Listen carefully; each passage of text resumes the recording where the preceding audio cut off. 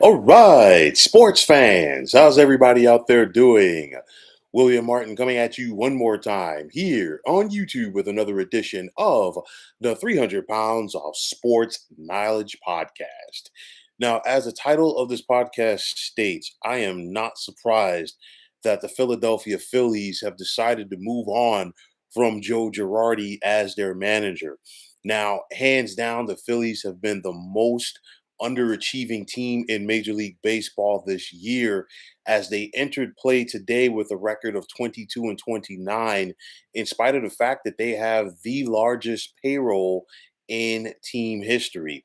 Now, in two plus seasons in Philadelphia, Girardi's record was 132 and 141 as the Phillies were only able to labor around the 500 mark under Girardi for the most part, in spite of the fact that they signed the likes of Bryce Harper in free agency. Now, since Girardi took over in Philadelphia, the Phillies have had one of the worst bullpens in MLB, while they have also been a very bad defensive team. To me, the final straw for Girardi came uh, last week. We saw the Phillies get swept on the road by the injury riddled New York Mets. And they immediately followed that up by coming home for Memorial Day. They lost to the Giants. They lost again to the Giants on Tuesday before they were able to win the final game of that series. Of course, they did not play yesterday, but the news came out today that Girardi was relieved of his duties. Now, the Phillies did enter play today, 12 games back of the first place Mets in the National League East. They're 3-8 so far this season against the Mets. And, you just have to wonder, had those games worked out a little bit differently, would Girardi still be the manager? That's partially part of it. But honestly, there were more things in play there. I mean, at the end of the day, you cannot fire the players. But to me, and that it wasn't just me, there's a lot of other people that saw this as well. Obviously, there was a disconnect there between Girardi and the players on this Phillies team. And you just have to wonder if Girardi's old school style of managing has played out in the current scheme of things in Major League Baseball. We'll have to wait and see because you think about that towards the end of his tenure as the skipper of the New York Yankees, that was something that was addressed. And I mean, at the end of the day, like I've said before, Girardi can manage. He has a very smart baseball mind, make no mistake about it. You think about what I said before, Girardi is a guy to me. I think he knows how to do more with less. You think about when he first got started as an MLB manager with the then Florida Marlins, and he really overachieved with that team when everybody expected them to lose at least 100 games. They competed all season long. He took over with the Yankees in 2009 for Joe Torre, and he led them to a World Series championship. The Yankees were in contention until, veteran players such as Derek Jeter began to show their age. And Girardi was part of a rebuild for the Yankees where they never had a losing record. They did surprise some people and made the playoffs a couple of times before they were able to turn the corner. But at that point, the powers that be in the Bronx felt that it was time to move on in a different direction. Nonetheless, I did expect Girardi to have an impact with the Phillies. It never came to fruition. And what he was selling, I don't think the players were buying. And at the end of the day, it cost him his job. Now, with that said, we saw the Phillies come out like gangbusters tonight. They took care of business versus the Los Angeles Angels. They shut them out 10-0. Of course, the Angels came into Philadelphia reeling after they got it handed to them in the Bronx for a series against the New York Yankees. And then, of course, they did play a doubleheader yesterday, but nonetheless, you knew that the Phillies were going to have a more spirited effort under new interim manager Rob Thompson.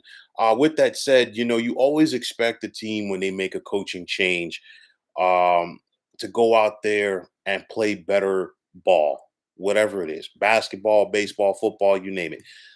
We saw that from the Phillies tonight, and it's going to be interesting to see how far that they can ride this wave of momentum. Now, for the Phillies, I I can't, and I'm not going to say that I was shocked by Girardi being let go.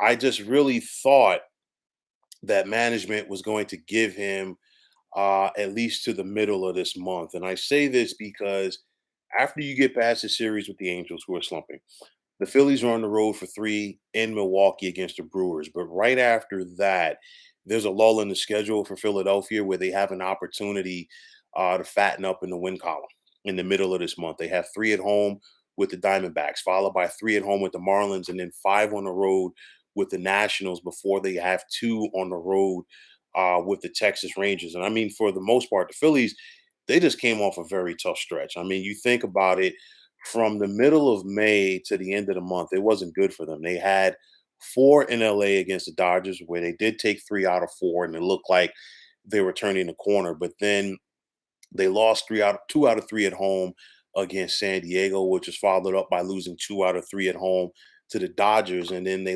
split a four-game set on the road with the Atlanta Braves, but then they followed that up by getting swept by the Mets and then losing two out of three versus the Giants. And then, of course, this is where we're at right now. But overall, as a franchise, you go back to what we saw from the Phillies in the end of the 2010s and the end of the 2000s and the beginning of the 2010s. Of course, the Phillies won the World Series in 2008. They got right back to the Fall Classic in 2009 before they were swept by the Yankees. They lost in six games to the Yankees.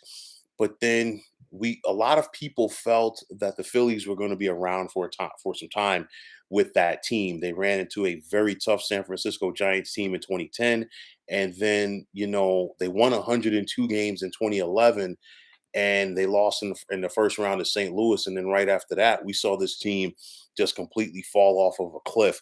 Last year was the first time since 2011 that the Phillies put together a winning season, and they only won 82 games. So that just gives you an idea of how bad that it has been for this franchise for so long, and this fan base, which is a very passionate fan base, wants to get behind this team. But when you spend the amount of money that the Phillies have in recent years and the results simply aren't there, well, guess what? Changes have to be made. But at the end of the day, the Phillies spent the money, but they spent it wrong. I mean, you look at Kyle Schwarber. Kyle Schwarber is going to hit home runs for you, yes, but he's going to be a guy that teeters around 200. It's feast or famine for him. You think about the money that was spent on the bullpen. You brought in guys who, they came with a load of question marks uh, to the city of Philadelphia as far as their ability to get guys out. And we're seeing that again this year. So, all of these, yeah, Girardi's going to get the blame, but honestly, it's an organizational issue right now for the Phillies. So it's going to be interesting to see if they can get things turned around. Obviously, having the second wild card, changes things a lot for what teams can and cannot do as far as making a postseason run. Obviously right now they're 11 and a half out officially since they won tonight, and the Mets are out in the West Coast to play the Dodgers. But nonetheless, the Phillies do have a lot of ground to make up. And of course, they still have a lot of divisional games ahead of them. But at this point, the onus is on the players. So it's going to be interesting to see what this team does.